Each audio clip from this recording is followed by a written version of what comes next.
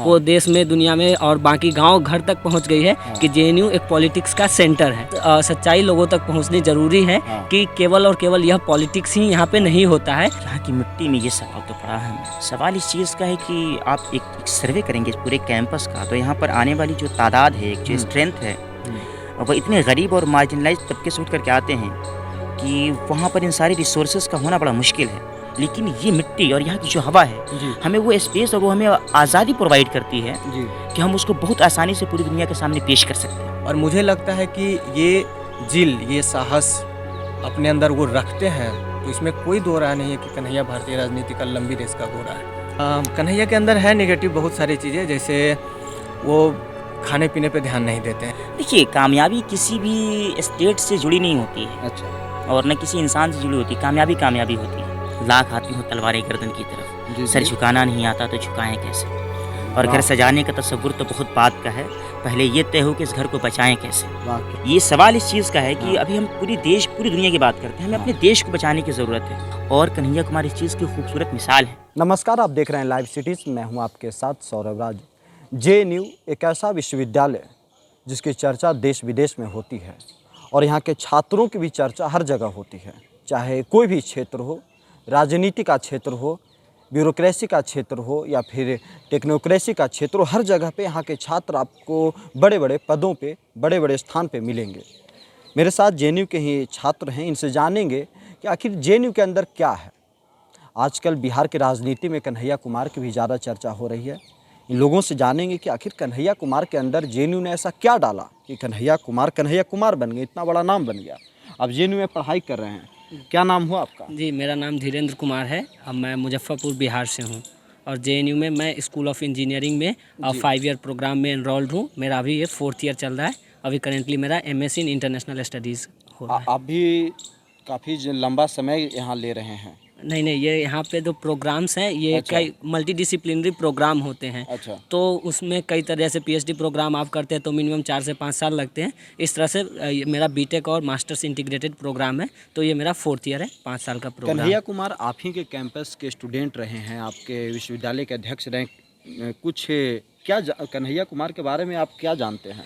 कन्हैया कुमार से आजकल आप पूछेंगे तो देश का, बिहार का हर एक नौजवान, हर एक युवा बच्चा, सभी लोग ऑलमोस्ट परिचित है। तो चूँकि वो हमारे इस यूनिवर्सिटी के पूर्व छात्र अध्यक्ष रहे हैं, तो हम लोग अच्छे से उनके बारे में जानते हैं, उनको सुनते हैं और उनके विचारों से परिचित हैं। कुछ पॉजिटिव नज़र आता उनके अंदर? जिस तरह से वो मुद्दों को रखते हैं, तो डेफिनेटली वो पिछले कुछ सालों में इमर्जिंग लीडर के रूप में देश के सामने आए हैं। तो ये अपने आप में इम्पैक्ट तो बनाता ही है किसी भी स्टूडेंट्स पे, भले ही वो कोई उनकी विचारधारा से या उनकी बातों से सहमति रखता हो ना रखता हो, लेकिन जो उनकी जिस तरह से उनकी छवि उभर करके आई है, जो पर्सनालिटी उनका बिल्टअप हुआ है, वो अपने आप में एक इम्पैक्ट रखता है स्टूडेंट्स पे और युवाओं पे। वो देश में, दुनिया में और बाकी गाँव घर तक पहुँच गई है कि जेएनयू एक पॉलिटिक्स का सेंटर है। और इस तरह की बातें उठ करके सामने से आती है। लेकिन आप लोग बदलिएगा इस धारणा को। हाँ, ये बात सच्चाई लोगों तक पहुंचनी जरूरी है कि केवल और केवल यह पॉलिटिक्स ही यहाँ पे नहीं होता है। जेएनयू अपने आप में देश की एक लीडिंग यूनिवर्सिटी है। यहाँ उन्नत किस्म का रिसर्च होता है। लोग स्टडीज़ के लिए यहाँ पे आते हैं, अपना कंट्रीब्यूशन साइंस में, सोशल साइंस में, टेक्नोलॉजी में और इनफैक्ट पॉलिटिक्स में भी देते हैं। तो इसे एक पॉजिटिव रूप से देखा जाना चाहिए। हमारी पढ़ाई का जो मेन उद्देश्य है यही है कि हम अपने समाज में कुछ बेहतर कंट्रीब्यूशन दे सकें। ठीक है, तो ये उम्मीदें उनकी पूरी होंगी जब हमारी उम्मीदें पूरी होंगी। कन्हैया कुमार को जानते हैं? हाँ, जानते तो हैं। बिहार के रहने वाले, फिर बिहार जा रहे हैं, राजनीति शुरू कर रहे हैं अब अलग तरीके से। ये किसने आपसे कह दिया कि फिर बिहार जा रहे हैं? देखिए, अब वो एक पार्टी से दूसरी पार्टी में आ गए। तो वो जिस पार्टी को उन्होंने ज्वाइन किया, वो पार्टी तो अपने आप में नेशनल पार्टी है। आपने कैसे अज्यूम कर लिया कि फिर बिहार जा रहे हैं वो? सेवा करने जाएंगे। मैं तो चाहता हूँ पूरे देश का सेवा करें वो। पूरे देश की सेवा करें, मतलब ऐसा ये कह देना एक नेता को कि वो सिर्फ और सिर्फ एक स्टेट का होकर के रह जाए। मेरे ख्याल से पिछले 5-10 साल में ऐसा, मतलब एक बिहार के छोटे से गांव से उठ करके आने वाला इंसान अगर इतनी बड़े पैमाने पर अगर अपना नाम दुनिया के सामने पेश करता है, अपनी काम की बुनियाद पर, मुद्दों को उठाने की बुनियाद पर, तो मेरे ख्याल से सिर्फ उसे आप एक प्रदेश का नेता नहीं मान सकते हैं, आपको चाहिए कि उसे पूरे देश के सामने पेश किया जाए। खुशी मिलती है कि आपके विश्वविद्यालय का, आपके यूनिवर्सिटी का, आपके कैंपस का एक छात्र पूरे देश भर में एक बड़ा नाम भाषण देता है, तगड़ा भाषण देता बड़ा है। स्वाभाविक चीज़ है ये कि अगर कोई भी ऐसा छात्र हमारे कैंपस से एसोसिएटेड है, वो अगर कुछ अच्छा काम करता है तो वो खुशी बहुत नेचुरल सी चीज़ है और होनी भी चाहिए। मुझे लगता है कि दुनिया का हर वह इंसान जब किसी जगह से अपने आप को जुड़ता है और उसी जगह से कोई नाम ऐसा निकलता है जो पूरे देश में, पूरी दुनिया में एक अलग तरीके की पहचान बनाता है, तो खुशी होती है। कोई यादगार कुछ कभी मिले हैं कन्हैया कुमार से? बहुत सारी मुलाकातें हमारी, जैसे कि मुझे याद है 2017 का प्रेसिडेंशियल डिबेट था, तो उस वक्त भी उनका वहाँ पर आना हुआ था और हालांकि उस वक्त भी उनका बड़ा नाम था, ठीक है। तो उस वक्त भी वो गुरूर और वो घमंड की चीज़ें नहीं देखने को मिली थी, ठीक है। तो इंसान जितना सरल होता है उसकी ऊंचाइयां और ज़्यादा बढ़ती जाती हैं। कुछ लोग तो कहते हैं कन्हैया कुमार के अंदर गुरूर भी है, घमंड भी है। तो कहने के लिए लोग तो बहुत सारी चीज़ें कहते हैं, कहने के लिए लोग तो बहुत सारी चीज़ें कहते हैं। अब आप ही की पर्सनालिटी है, कुछ लोगों को आपके बारे में कुछ अलग सोचते होंगे, कुछ लोग आपके बारे में बहुत अच्छा सोचते होंगे, कुछ लोग आपके बारे में बहुत बुरा सोचते होंगे। तो क्या आप उनकी सारी बातों को मान करके अपनी पर्सनालिटी को डिमीन तो नहीं कर सकते ना। यहाँ की मिट्टी में ऐसा है क्या कि आप लोगों के अंदर एक बदलाव की चिंगारी डाल दी जाती है, लोग एडवांस हो जाते हैं, कुछ अच्छा सोचते हैं, कुछ और भी बाहरी सोच रखते हैं? क्या है ऐसी जेएनयू की मिट्टी में? यार यहाँ की मिट्टी में ये सवाल तो बड़ा अहम है। सवाल इस चीज़ का है कि आप एक सर्वे करेंगे इस पूरे कैंपस का, तो यहाँ पर आने वाली जो तादाद है, एक जो स्ट्रेंथ है, वह इतने गरीब और मार्जिनलाइज तबके से उठ करके आते हैं कि वहाँ पर इन सारी रिसोर्सेज का होना बड़ा मुश्किल है। हम एक ऐसी सोसाइटी से उठ करके आते हैं जहाँ पर बड़े बड़े पावरफुल लोगों के सामने खड़ा होकर के बोल पाना बड़ा मुश्किल बात होती है। लेकिन जब हम यहाँ पर आते हैं तो क्या देखते हैं कि गरीब घर से आने वाला लड़का भी बड़े बड़े तुर्रम खां के सामने खड़ा होकर के अपनी आवाज़ उठा लेता है, अपनी राइट्स के लिए आवाज़ उठाता है, दुनिया के सामने अपनी आइडेंटिटी को असर्ट करता है। क्या गलत हो रहा है, क्या सही हो रहा है, इसकी परख उसे पहले भी थी, लेकिन उस परख को डिफरेंशिएट करने के लिए और उस परख को दुनिया के सामने बताने के लिए उसके पास आवाज़ होने के बावजूद वो उस चीज़ को बता नहीं सकता था। लेकिन ये मिट्टी और यहाँ की जो हवा है हमें वो स्पेस और वो हमें आज़ादी प्रोवाइड करती है कि हम उसको बहुत आसानी से पूरी दुनिया के सामने पेश कर सकते हैं। पेश कर सकते हैं। हाँ। ये यहाँ से मिलता है आप लोगों को गिफ्ट में, कह सकते हैं। ये सवाल तो बड़ा मुश्किल है, इसलिए कि गिफ्ट तो उसे कहते हैं कि जो चीज़ बिना मेहनत के मिल जाए। ये जो सारी चीज़ें हमें सीखने को मिलती है, इसमें हमारे पूर्वजों का बहुत बड़ा मतलब ये हमारे जेएनयू के अलुमनाई हैं, जिन्होंने इस कैंपस को कैंपस बनाने में बड़ी मेहनत की, जेएनयू को जेएनयू बनाने में दिन रात एक कर दिया। उनकी बहुत बड़ी मेहनतों का नतीजा है कि यहाँ के छात्रों तक वो चीज़ें पहुँच रही हैं। हाँ, मैं इस चीज़ को स्वीकार करता हूँ कि कन्हैया ध्रुवीकरण की ओर ले जाते हैं, लेकिन वो इस देश के युवाओं को, किसानों को, मज़दूरों को और महिलाओं को रोज़गार के लिए ले जाते हैं ध्रुवीकरण की ओर। वो कहते हैं कि आप लोग अपना ध्रुवीकरण कीजिए और सरकार से रोज़गार मांगिए। वो कहते हैं कि आप अपना ध्रुवीकरण कीजिए और शिक्षा मांगिए, सस्ती शिक्षा मांगिए। तो कन्हैया जो जनहित की आवाज़ है उसको बुलंद करते हैं। तो इसके लिए जाहिर सी बात है, जो उसकी आवाज़ जिसको बुरी लगती है वो तो कन्हैया की आलोचना करेंगे, नकारात्मक इल्ज़ाम लगाएंगे।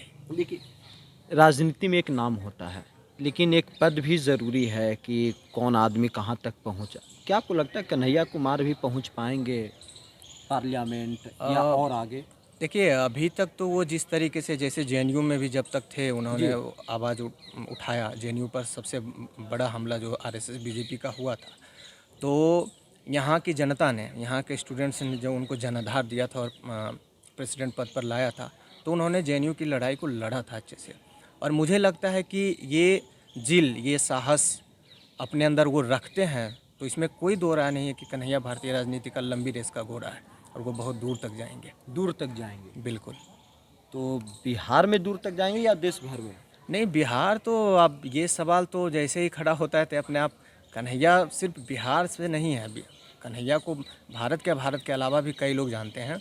मुझे याद है कि मैं जब कन्हैया के साथ रहता था ब्रह्मपुत्रा हॉस्टल में, तो 2 बजे रात को दरवाज़ा नॉक हुआ और जब मैंने दरवाज़ा अंदर से खोला तो एक जेएनयू का स्टूडेंट था, उसके बगल में एक कोई भद्रजन खड़े थे। उन्होंने बोला था कि मैं कैलिफोर्निया यूनिवर्सिटी से आया हूँ यहाँ किसी काम से, तो कन्हैया कुमार से मिलना चाहता हूँ। तो कन्हैया की जो प्रसिद्धि है वो सिर्फ भारत में नहीं या बिहार में नहीं है, यहाँ के बाहर भी उनको बहुत लोग जानते हैं। और मैं एक चीज़ और याद दिलाना चाहूँगा, उसी समय की बात है जब मैं उनके साथ रहता था, तो बाहर से ही किसी देश से एक कोई लिटरेरी फेस्टिवल था, वहाँ से कन्हैया को इनविटेशन आया था शामिल होने के लिए, लेकिन वो कुछ वीज़ा का मामला था तो वो नहीं शामिल हो पाए थे।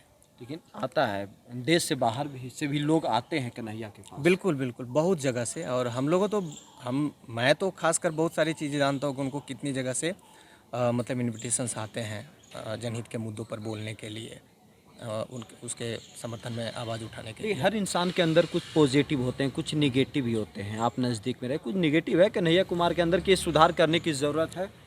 कन्हैया के अंदर है निगेटिव बहुत सारी चीज़ें, जैसे वो खाने पीने पे ध्यान नहीं देते हैं। मतलब हुआ ना कभी, मतलब ऐसा भी हुआ है कि वो एक दो दिन तक मतलब अच्छे से वास्तविक रूप से नहीं खा पाए। मतलब यहाँ गाड़ी से जाना, वहाँ मीटिंग में जाना, या वहाँ पर स्पीकर के तौर पे जाना, तो मान लीजिए कुछ मिक्सचर है वही है गाड़ी में खा लिए। तो ये सारी चीज़ें हैं, वो उनकी जो व्यस्तताएं हैं उसमें वो अपने स्वास्थ्य को और खान पान को, दिनचर्या को थोड़ा इग्नोर करते हैं। ये एक बुराई दिखी है उनमें। और कोई बुराई नहीं है? और बाकी कोई बुराई तो मुझे नहीं दिखी है। और ये बात इसलिए मैं बोल सकता हूँ कि मैं उनको एकदम आदर्श की प्रतिमूर्ति नहीं मान रहा। मुझे उनमें कोई बुराई अभी तक नहीं दिखी है। मैं तो उनको एक बड़े भाई के तौर पर भी देखता हूँ, क्योंकि उनके साथ जब मैं रहा था तो वो मेरी मुफलिसी के दिन थे, तो कन्हैया ने मुझे अपने साथ में रखा और समझिए एक तरह से उन्होंने मेरा साथ दिया बुरे दौर में। देखिए, कामयाबी किसी भी स्टेट से जुड़ी नहीं होती है। अच्छा। और न किसी इंसान से जुड़ी होती है। कामयाबी होती है, ठीक है। वो कामयाबी अपने आप में एक अलग पहचान है। तो अच्छा है, अगर कोई, मैं तो चाहता हूँ कि बिहार ही क्या, मतलब देश की दूसरे स्टेट्स जो बहुत जहाँ पर मतलब बहुत ही ज़्यादा गरीबी है, अगर उस जगह से कोई ऐसा इंसान आकर के बहुत बड़े पद पे जाता है तो मुझको लगता है सारी दुनिया को खुश होनी चाहिए। इसलिए कि आपको ही पता है कि किस तरीके से पूरे देश में अभी राजनीति चल रही है, जिस तरीके से पूरे देश को तबाह करने की एक नापाक साजिश है। जिससे कन्हैया कुमार के बारे में लोग बोलते हैं कि बड़ा नाम हो गया। तो मुझको एक चीज़ है, वसीम रेलवी का एक बड़ा अच्छा शेर है कि अच्छा, बताइए। कि आपने भी शायद सुना होगा कि लाख आती हूँ तलवारें गर्दन की तरफ, जी, सर जी। झुकाना नहीं आता तो झुकाएं कैसे। और घर सजाने का तस्वुर तो बहुत बात का है, पहले ये तय हो कि इस घर को बचाएं कैसे। वाह, क्या बात है। ठीक मतलब आप ये सब भी शायरी उरी भी कर लेते हैं? मतलब अरे भाषा के छात्र हैं तो शायरी तो होगी। वो ज़रूरी भी है। हाँ, तो मतलब ये सवाल इस चीज़ का है कि अभी हम पूरी दुनिया की बात करते हैं, हमें अपने देश को बचाने की ज़रूरत है। और मुझे लगता है कि देश की उन बुनियादी मुद्दों को हम उस वक्त तक नहीं उठा सकते हैं जब तक कि उन बुनियादी मुद्दों में पलने और बढ़ने वाला कोई इंसान उस मेन स्ट्रीम पॉलिटिक्स में आकर के अपनी आवाज़ को नहीं उठाता है, ठीक है। और कन्हैया कुमार इस चीज़ की खूबसूरत मिसाल है। तो हमारे साथ बात करने के लिए आप लोगों का शुक्रिया। आप लोग JNU में बने रहिए, धाक जमाए रखिए, और भी कन्हैया कुमार यहाँ से निकलेंगे, ऐसी उम्मीदें हैं। तो देखिए कि कन्हैया कुमार को आज भी यहाँ के जो विद्यार्थी हैं वो अपने अपने तरीके से याद करते हैं। दिल्ली से सौरभ राज, लाइव सिटीज़।